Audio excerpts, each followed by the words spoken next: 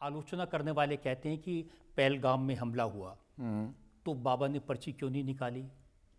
हिंदुओं को उनका नाम पूछकर, धर्म पूछकर गोली मारी गई तो बाबा कहाँ थे? प्लेन क्रैश हुआ, ट्रेन टकराई, तब बाबा की पर्ची कहाँ चली गई? हम पढ़ते रहते हैं कमेंट, खूब बढ़िया आते हैं। हम उनसे एक बात इस वीडियो के माध्यम से, आपके माध्यम से निवेदन भी करना चाह रहे। 24 घंटे में जो विधा है दरबार की, वो कुछ क्षण के लिए बैठते हैं और प्रार्थना करते हैं। भगवान कृष्ण को भी पता था कि महाभारत होगी, लेकिन क्या वो टाल पाए? नहीं। हम भाग्य नहीं टालते, ना हम विधि के लेख को टालते। यदि विधि के लेख को हम टाल दें तो फिर हम ही विधाता ना हो गए। विधाता की आवश्यकता क्या? हम लेख को नहीं मिटाते कि हम लेख को मिटा दें कि आज प्लेन पे मत बैठना वरना क्रैश हो जाएगी एयर इंडिया की।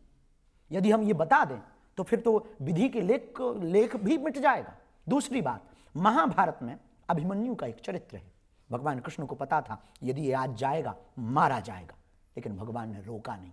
क्यों? क्योंकि विधि का लेख था। भगवान राम को पता था कि हम यदि 14 वर्ष वनवास के लिए जाएंगे तो हमारे पिताजी प्राण छोड़ देंगे, लेकिन भगवान रुके नहीं। क्यों? क्योंकि विधि के लेख को नहीं मिटाया जा सकता। उसी प्रकार हम विधाता नहीं है, हम भी आपकी ही तरह हैं। हाँ, गुरु परंपरा से जो आशीर्वाद मिला है, उस आशीर्वाद पर लोगों को अंधेरे में रास्ता देने का, एक दीपक जलाने का काम करते हैं। हम भविष्य नहीं बताते, भविष्य बनाने के लिए जागृत करते हैं। हम भविष्य वक्ता नहीं है, हम भविष्य बनाने की चर्चा करते हैं। हाँ, प्रेरणा जो लगती ग्रह नक्षत्र के हिसाब से, गुरु परंपरा, सन्यासी बाबा की हमारी परंपरा, उस आधार पर जो प्रेरणा लगती उसके बारे में हम रख देते कि भाई ऐसा ऐसा हो सकता, ऐसा ऐसा है, इसको आप ऐसा ऐसा कर लीजिए। लेकिन हम टाल नहीं सकते हैं क्योंकि हम विधाता हैं। मैं भविष्य बताने के लिए नहीं कह रहा, मैं कह रहा हूँ कम से कम ये बता दीजिए कि पाकिस्तान ने न्यूक्लियर बम कहाँ कहाँ छुपा के रखे हैं। क्या कह दें, भगवान से प्रार्थना करेंगे कि ये भी अर्जी लग जाए। आपने ऑपरेशन सिंदूर के बारे में बहुत सारी बातें कही हैं।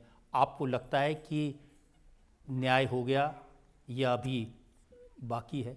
हम चुप हैं, शांत हैं, लेकिन छेड़ेंगे तो छोड़ेंगे नहीं। अब ये पुराना भारत नहीं है, ये नवयुग का भारत है, 2025 का भारत है। और मुनीर को और पाकिस्तान को ये बात समझ लेनी चाहिए कि यदि आप अब छेड़ोगे तो छोड़ा नहीं जाएगा। अभी 9 ठिकानों को, कल 99 ठिकानों को उड़ाया जाएगा। दूसरी बात, एक कवि ने बहुत अच्छी बात कही थी और आप सबके और हमारे सबके काम की है कि कभी यदि पाकिस्तान से हमारा संवाद कराया जाए और पाकिस्तान की आवाम को हमारे सामने बैठाया जाए या वहां के प्रधानमंत्री को, तब हम उससे एक बात जरूर कहेंगे, चलो युद्ध हो जाए। लेकिन इस बार का युद्ध गोली बारूद या मिसाइलों से नहीं, अपने अपने देश की गरीबी मिटाने का युद्ध हो जाए। हम बुद्ध के देश के हैं, हम राम के देश के हैं, कृष्ण के देश के हैं, बुद्ध के देश के हैं। युद्ध पर भरोसा नहीं करते हैं, लेकिन आप छेड़ोगे तो छोड़ेंगे भी नहीं। आपने छेड़ा है, धर्म पूछ करके मारा है, हमने घर में घुस करके मारा है, और अब आप छेड़ोगे तो पियो के तो लेंगे ही। ये तो ऑपरेशन सिंदूर था, अभी मेहंदी रस्म बाकी है, हल्दी बाकी है। और मुनीर साहब को जरूर आप ये वीडियो भिजवाइए, हल्दी बाकी है। और मुनीर साहब यदि विदाई हो गई शादी के बाद तो पाकिस्तान के लाहौर पर अपना तिरंगा लहराएगा।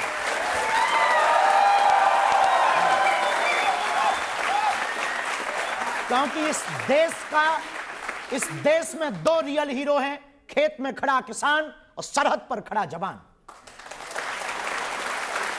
और आई प्राउड ऑफ यू, हमें बहुत गर्व है कि हम उस भारत से हैं। हमारे देश की आर्मी वेतन के लिए आर्मी ज्वाइन नहीं करता है, वतन के लिए आर्मी ज्वाइन करता है। तो यदि आप पाकिस्तान छेड़ेगा तो अभी हम चुप हुए हैं, क्योंकि हमने और नारा दे रखा वसुधैव कुटुंबकम, तो चुप हैं, हम विनम्र हैं, कायर नहीं है।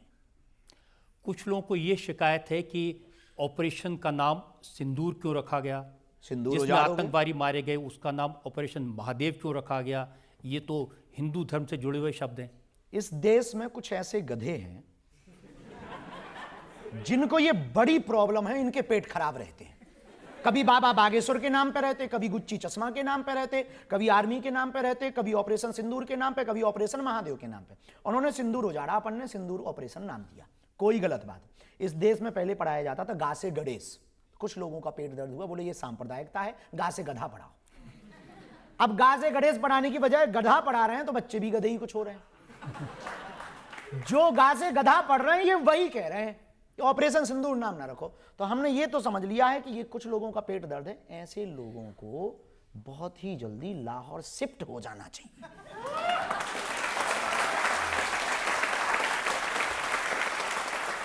सवाल और ले सकते हैं। आपसे मेरा सवाल ये होगा कि हिंदू बेटियों को, हिंदू बहनों को कई बार लव ट्रायंगल में फंसा के शादी कर ली जाती है जी। और शादी के बाद पता लगता है लड़का मुसलमान है, तो उसे कैसे रोका जा सकता है? पहली बात तो हम एक प्रार्थना करना चाहेंगे कि प्रेम कर माना कि मोहब्बत बुरी नहीं है, पर माँ बाप से ज्यादा जरूरी नहीं है।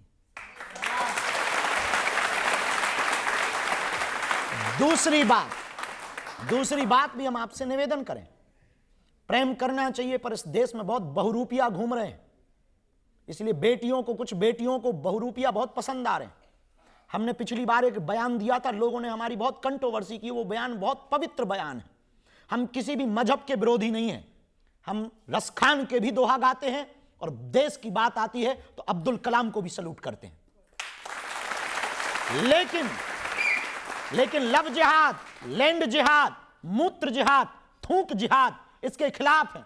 हम इसलिए लोगों की टारगेट में हैं क्योंकि हम मुंह पर बोलते हैं और सत्य बोलते हैं। इसलिए बेटियों से हम प्रार्थना करेंगे, हमारे तन में तो जब तक प्राण रहेगा तब तक हम अपनी आदत नहीं छोड़ेंगे। हिंदुत्व और हिंदुस्तान के लिए जिएंगे, पर बेटियों को प्रार्थना करेंगे, बेटियों तू लक्ष्मी बन, तू दुर्गा बन, तू काली बन, पर हिंदू बेटियों कभी ना बुर्के बाली बन।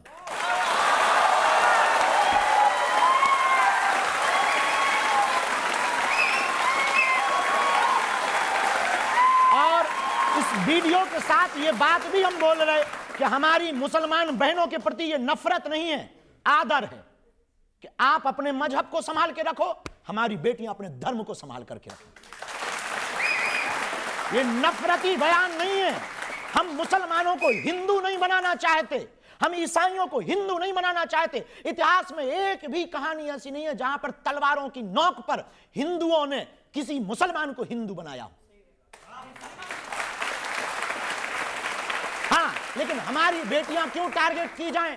आज हमारी श्रद्धा के 35 टुकड़े हुए। कोलकाता में डॉक्टर बेटी को मारा गया गंदे में। हमारे बुरहानपुर में, मध्य प्रदेश में रफीक नाम के लड़के ने गला काट दिया, इस बात पे काट दिया कि वो साथ रहने के लिए हानि कर रही थी। तो इससे बचने का सर्वोत्तम उपाय यही है, जांच लें, परख लें, इसके बाद उसके परिवार की डिटेल लें। जरूरी नहीं है कोई कलाबा पहने या तिलक लगाए तो वो हिंदू हो सकता है कालनेमी हो।